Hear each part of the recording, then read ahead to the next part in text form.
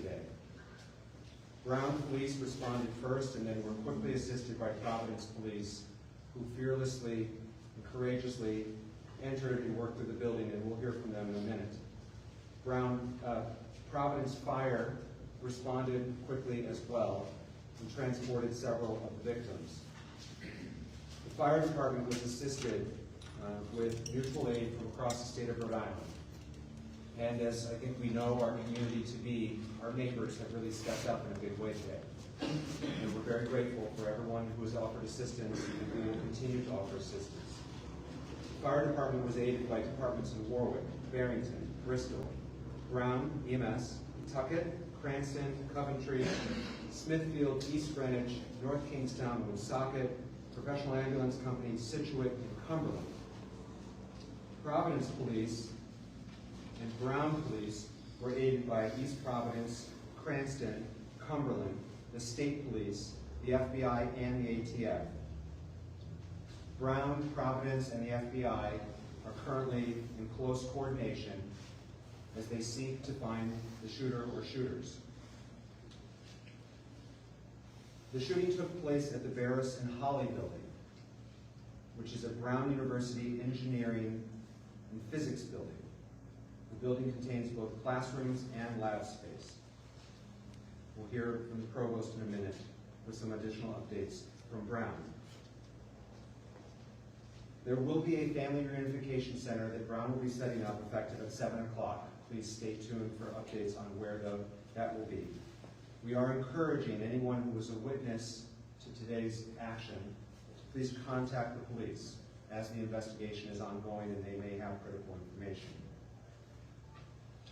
At this time, I'd like to introduce the governor of the state of Rhode Island, who was quick to call and offer assistance and has been in touch with our law enforcement, had the state police respond quickly, and has been a great partner to the city of Providence on this sad day. Governor McKee.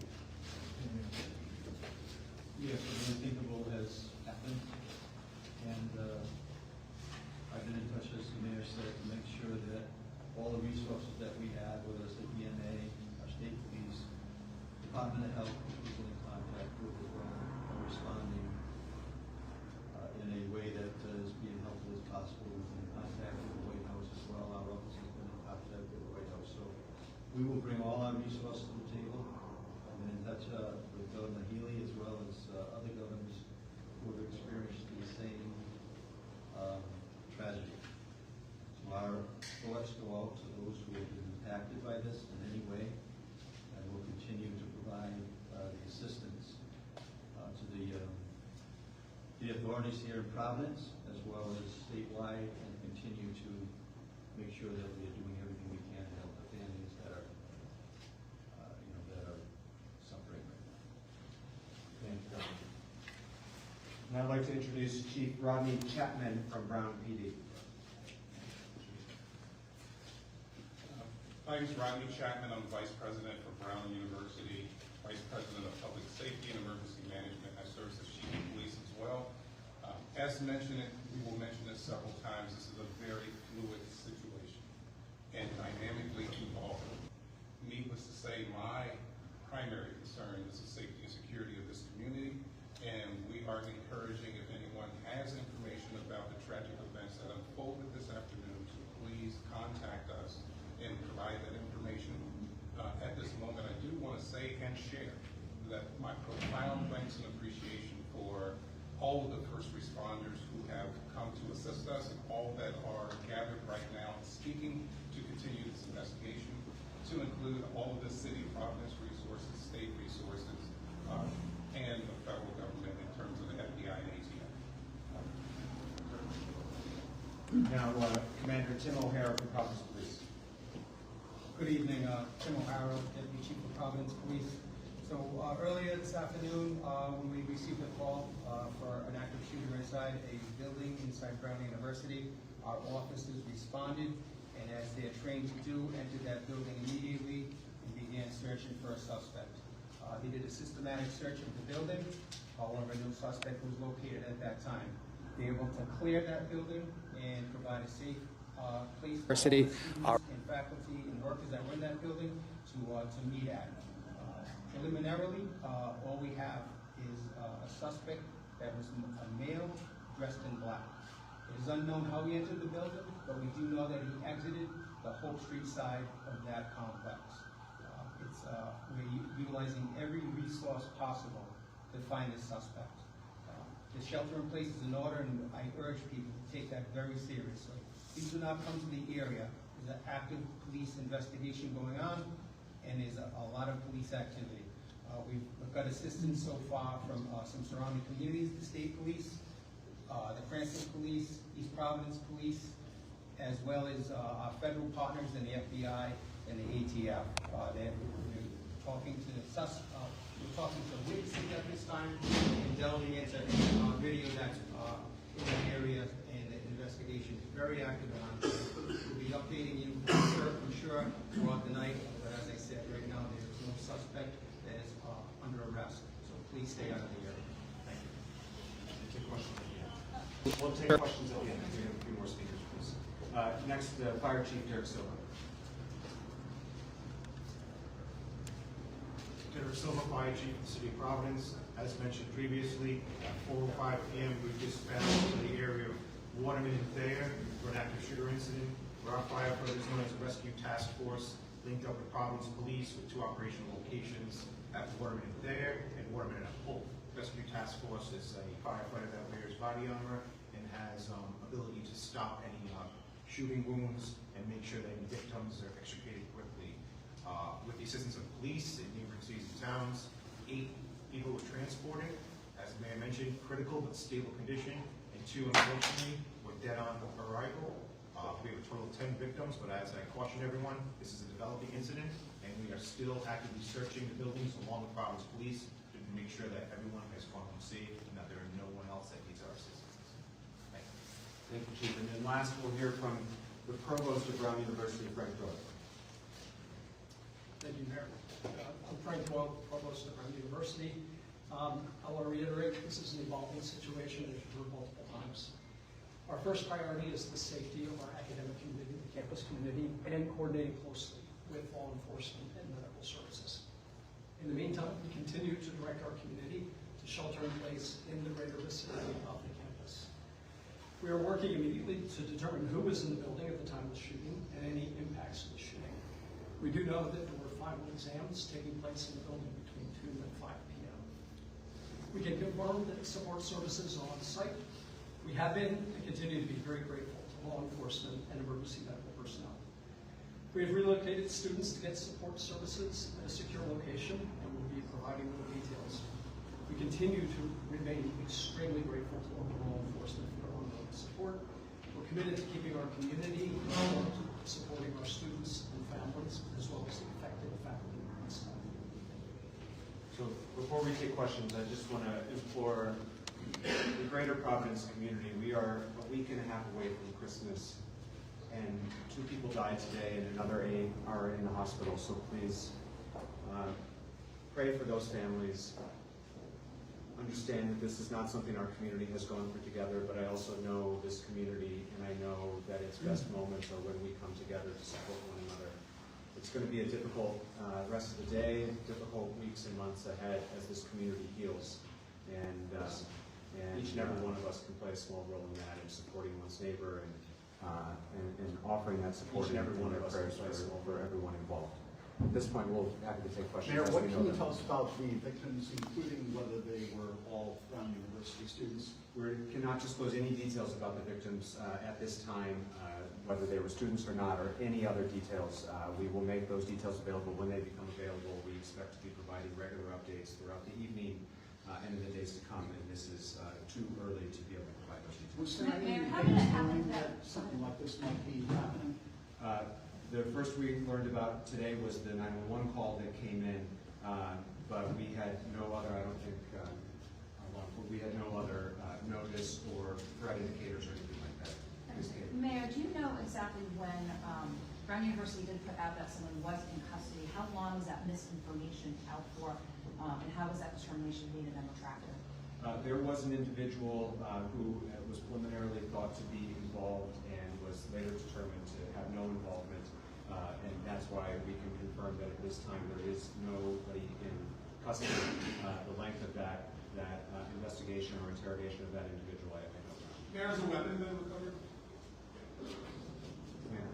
No weapons have been, no weapons have They been. indicate You know what what weapon was used? We just know that it was a firearm. Mayor, Type of firearm, we're unaware. Mayor, Brown University Police Arm. Yes, we are. Commander, do you need a pass to get into that building, or could someone just get in off the street? I'm unaware of how the security in that building works. Most of our buildings, after hours are swiped, but since it was a final exam, there was probably a lot of traffic. And where did it happen in the building? Did this take place inside where the exam was going on? We're still verifying everything. So we look at everything right now. It's all part of the crime scene. Or So were the victims found like in a hallway, or were they in a classroom? we're unable to share that at this time. Commander, can you say if there have been any confirmed shots fired since the 405 shots? There was a call that came over for shots fired in the area of Governor Street, but that was unconfirmed and unfounded. So as far as we know, the gunman has not been seen since around the 4 o'clock hour. That's correct. The last time that we know that he's been seen was when somebody saw him leaving the building on the Hope Street side of the building. Is he around college age, or do you have any I don't information? have any more information about this. Commander, could you repeat how the individual exited the building? He exited the doors at the Hope Street side of the building. Do police have any video footage of the suspect at this point? We're working on that right now. We're working along with FBI on tracking down video from that area. What resources are being used other than video at this point to try to locate the suspect? Forensic evidence, we're using witness evidence, and just, we're looking for video mostly right now because we have to get an image out as quickly as we can of the suspect. Now, it had happened then about close to 3 hours now. Are you in contact with other law enforcement? Now we're talking then a We're large. looking for video mostly right now because we have to get an image out as quickly as we can. All the state police are involved, ATF, the FBI, Providence Police Detectives, and all the other squads that we have available to us, the Patrol Bureau, and our specialty intelligence units, and our real-time crime center will be involved as well. Any multi-state alerts? Has everyone vacated that building at this point? No, not everybody. There's still a police presence in that building. That's the crime scene. We're going to be in that building for quite some time. But the students and faculty, bystanders? Yes, everybody that was in that building at the time has been. Commander, so it's 2 deceased and 8 that are in basic critical condition at the hospital? They're in stable condition at the hospital, Rhode Island Hospital right now. Are they able to provide any details? Or? That's what we're working on right now, John. In terms of when that suspect was last seen, he was leaving the building on Hope Street. Was that an eyewitness account? Did police see him leave? Was there any interaction with police with that suspect? No interaction with that suspect with police. That was from eyewitness account.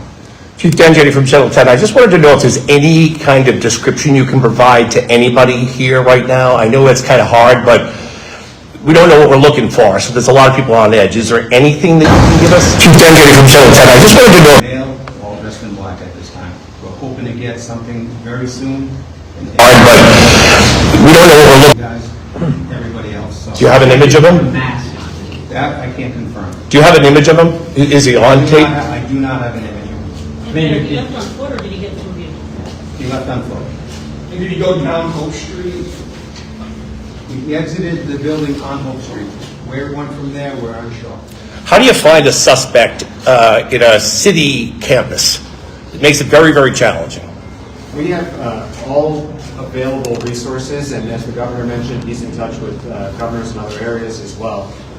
This will be an ongoing investigation. Obviously, FBI, ATF, Providence Police, Ground Police are all actively investigating this as we speak, and we will provide updates as they become available. We expect to provide regular updates throughout the evening and in the days to come. Ground Police are all actively investigating this as we speak, and we knew that this update was preliminary. But we also know that there's a lot of fear and anxiety and concern in our community, and so it's important. Police are all actively investigating this as we speak. We knew that this update was preliminary, and we will keep the community and members of the press corps updated as we go throughout the evening. Has there ever been a shooting at Brown University before? To my knowledge. Commander, has Chief Perez been briefed on the incident? Absolutely. Where is he? The chief is on his way here and will be at our later press availabilities. Mayor, for residents who are living, obviously, in this area that are concerned, they're instructed to shelter in place. If they see something that they feel is suspicious, what is the best way for them to reach out? Can they send pictures? Can they reach out? Obviously, you can call police. They should call the police. That is the best way. Social media or other forms of communication are not the appropriate venue. You should call 911 if you believe you have information that may help us with this investigation. Particularly if you were a student on campus or an adult on campus that was near the area that you think you have something to contribute, please call the police to help us with our investigation. Mayor, is there any thought about shutting businesses down, like on Thayer Street or anything like that? I know they did that in Maine after this. At this point, we're not mandating that businesses shut, but we are asking everyone to shelter in place, and so we would hope that everyone would stay indoors until they hear otherwise from official City of Providence channels. In this day and age, we know there will be misinformation available online, so please, when it comes to official updates with regard to the shelter in place and other updates, go to the City of Providence's Twitter, Facebook, Instagram, any of our social media channels. It is clearly marked as the official City of Providence page so that you know you're getting the accurate and official update. The shelter in place is defined as the broader Brown community, Brown neighborhood. Everyone knows if they live near Brown, and certainly if you're on campus. Because we don't have additional information to share at this time about the location of a shooter, we cannot more specifically define it than that. This is a scary time, I know. As many folks know, I live proximate to the campus, and I'm hearing from friends and neighbors. We're encouraging people to stay inside until there are additional updates. Can we ask Sure. What is the policy at Brown University regarding firearms? Could a student legally have a firearm in the dorm? No. They cannot? They cannot. Okay. Mayor, I'm just asking, was Yes. the chief coming in, was he out of state? I don't know. He's in transit, and he's expected to be here within an hour or two, and so he will be with us at future updates this evening. What time Mayor, does the Brown University monitor any sort Hold of... on, Pat, we're going to take Nisha's question first, and Chief, this might be for you, please. What was that? What time did police arrive at the scene after the first 911 call? The exact time I don't know, but it's the Ferris and Holly is 184 Oak Street, and it's a very short drive from us, so I would say minutes. And how about for Providence Police? When were they contacted? Whenever we were called, we responded immediately and immediately entered that building. We'll provide a timeline later in the evening. How often do the various law enforcement agencies prepare for situations like this? Do they do active shooter simulations, trainings, establishing perimeters? Talk a little bit about that training that goes into this multi-agency response. Certainly welcome you to as well. We just did a few months ago a joint training with Brown PD and Providence PD and Providence Fire and Rescue Task Force. It's something we certainly plan for, practice for, rehearse, but never want to see it come to fruition like it did today. But it is something that we definitely prepare for multiple times throughout the year. And as mentioned, we just had a joint training several months ago. Colonel? Mayor, Kate, I would just I'm sorry, John, 1 second. I would just add, Kate, that the City of Providence conducted an active shooter drill, a live drill at a closed school about 18 months ago with not just police, but fire, EMS, emergency management, and the other various departments and city government that are responding. This is a sad state of our country right now where you have to plan for these things.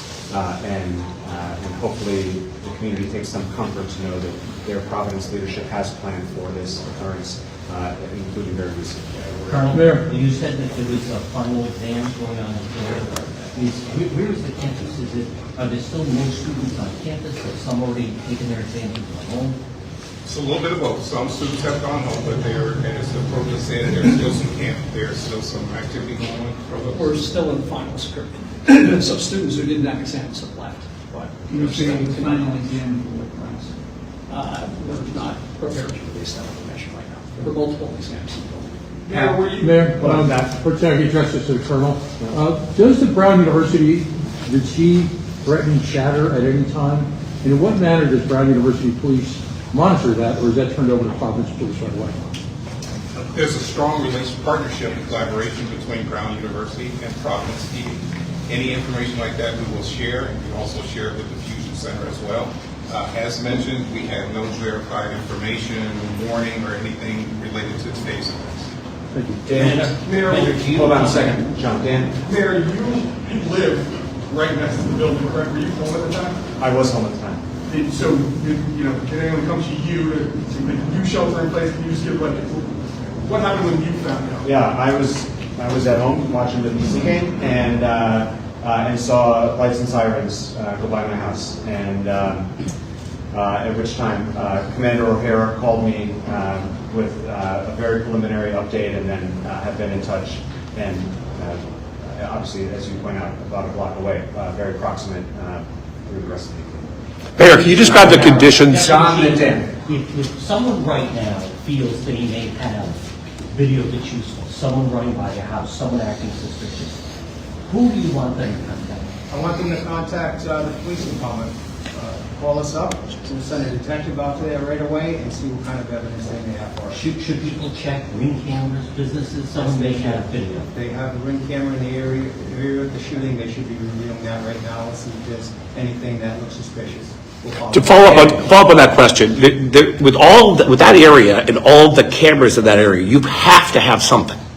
I don't have anything yet, Dan. Are you looking through it though? Absolutely.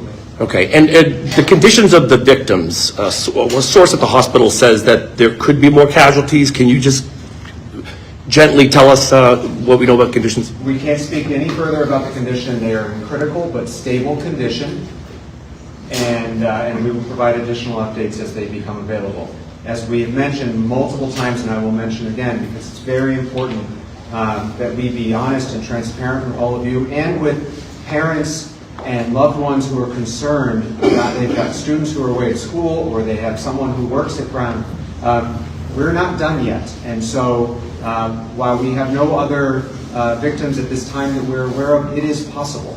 And so it's very important that we say that this is preliminary information, that we know that there is a minimum of 8 victims in the hospital at this time, but it is all subject to change, and when those changes, or if those changes occur, we will be sure to share them with you. Commander, one more question. Are you confident it's just one individual you're looking for? That's the information we have now. Did you want to give the phone number people can call? 272-1111 or 272-3121.